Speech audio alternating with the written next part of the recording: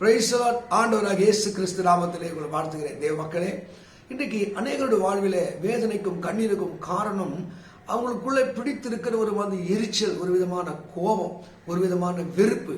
அநேகர் ரோட்ல போக முடியல, எதிர அவன் ஆரம்பிச்சுட்டு நம்மள திட்டுறான், குறுக்க திட்டுறான். மனுஷன் ஒரு குழப்பத்துல, கோபத்துல, எரிச்சல் இருக்கான்.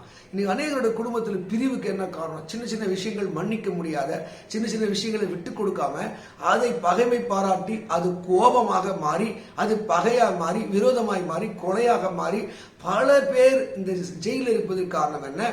அற்பமான விஷயத்துக்கு மன்னிக்க முடியாது, அற்பமான விஷயத்துக்கு அவர்கள் கோபம் கொண்டபடினாலதான் அவன் வாழ்க்கையில ஜெயம் இல்லை. வசனம் சொல்றது, மனுஷனுடைய கோபம் அது தேவனுடைய நீதி நடப்பிக்க மாட்டாராம். மூடர்களுடைய கோபம் சீக்கிரம் வெளிப்படும். நீங்க நீதிபதி 12 முட்டாளுடைய கோபம் சீக்கிரத்தில், கோபம் நிர்மூடரை கொல்லும் என்று யோபு 5:2 சொல்கிறார். நீ கோபம் கொள்கிற மனுஷன் தான், நீ நிர்மூடனா இருப்ப, அது உன்னை கொல்ல ஆரம்பிக்கும். தேவ மக்களே, இன்னைக்கு அநேகருடைய வாழ்க்கையில ஆசீர்வாதம் இல்லை. ஆண்டவர் கூட மனுஷன் மேல கோபம், மனுஷனை படைத்துக்காக விசனப்படுகிறார். அவர்கள் குடித்து வெறித்து கொலை செய்து கீழ்ப்படியாம முரட்டாட்டம் பண்ணி எங்க பார்த்தாலும் அவதூறு செய்கிற போது இறைவனுடைய கோபம் மனுஷன் மேலே. அதான் சொல்றது, அவரை அண்டிக் கொள்ளுகிற யாவரும் பாக்கியவான். தேவ மக்களே, நீங்கள் இறைவனுடைய கோபத்துக்கு ஆளாகாமல் அவருடைய தயவுக்காக காத்திருக்க வேண்டும்.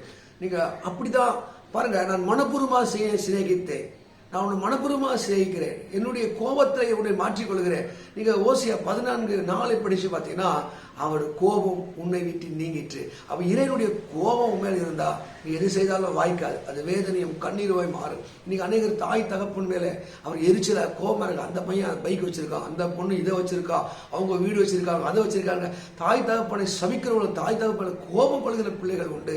நல்ல வசதியான வாழ்வதற்காக, நல்ல மேன்மையா இருப்பதற்காக நல்ல உள்ளங்களெல்லாம் பகைக்கிற மக்கள் உண்டு.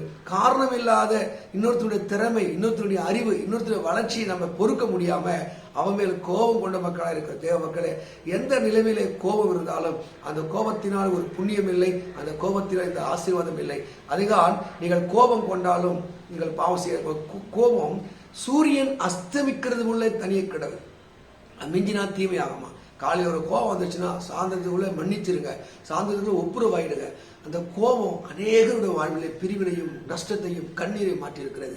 இன்னொன்று கூட சொல்லுகிறேன், இறைவன் உங்கள் மேல கோபமா இருக்கிறார் என்றால் உங்க வாழ்க்கையில் சத்துரு எழுப்புவார்கள், செய்கிற தொழில முன்னேற்றம் இருக்காது, போக விடலாம், எதிர்ப்பாக இருக்க வேண்டும். அப்பவே சொல்கிறது, அவர் அண்டிக் கொள்கிற யாவரும் பாக்கியவான். ஒருவனுடைய வழி கர்த்தருக்கு பிரியமானால் அவருடைய சத்துருக்கள் எல்லாம் சமாதானம். உங்கள் வழியை இறைவனுக்கு பிரியமாய் நீங்கள் மாற்றும் போது நீங்கள் சொல்லுமிடமெல்லாம் ஒரு அனுகூலமான வாசலை, நன்மையை தேவன் தருவார். தேவ மக்களை, நீங்கள் கலங்க வேண்டாம், அவரை அண்டிக் கொள்ளுங்கள், அவரை நம்பி வாழுங்கள். இயேசுவே, நான் கோபம் கொண்ட சுபாவங்களோட இருக்கு, கோபத்தில் நிறைய நன்மை எழுந்திருக்கு, நல்ல நண்பர்கள் எழுந்திருக்கு, நல்ல உறவுகளை எழுந்திருக்கிறேன். ஆண்டவர் எனக்கு மன்னிக்கிற, தாழ்ந்து போகிற குணத்தை தாரும் கேளுங்க.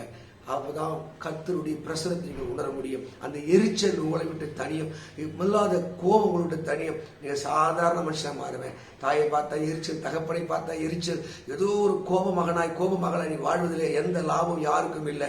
எதனால் அந்த எரிச்சல், எதனால் அந்த கோபம், எதனால் இந்த வேதனை உன்னை ஆளுகை செய்கிறது என்று நீ உணர ஆரம்பிக்கும் போது கர்த்தர் உங்களுடைய சாந்தமும் அமைதியுள்ள ஒரு ஆவினாலே உங்களை நிரப்புவார். மனுஷ கோபம் தேவன் நீதி நடப்பிக்காது.